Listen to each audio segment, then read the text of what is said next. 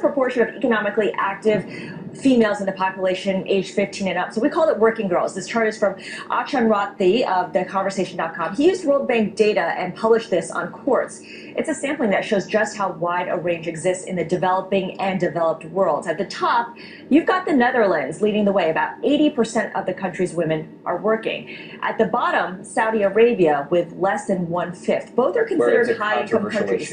It is a controversial issue. You can't even drive, apparently. So that gets in the way, certainly. China and Brazil. Brazil's not shown, but it's roughly at the same gap. It's about 60% of the women are working.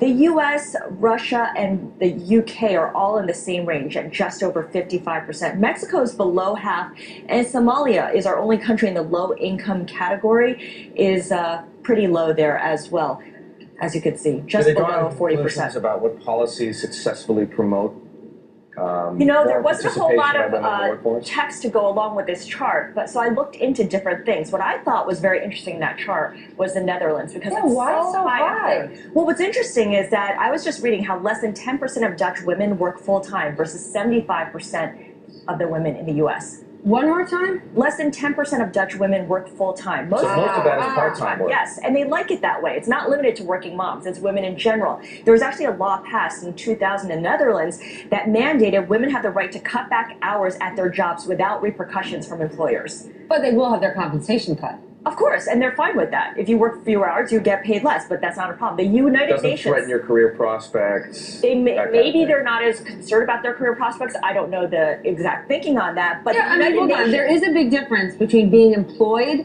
and having some rising star, rock star, unbelievable career. They're not the same. What I thought was really interesting was that the United Nations actually looked into whether the Netherlands is in compliance with Women's Rights Treaty, but they didn't find anything suspicious. So it really is a choice thing.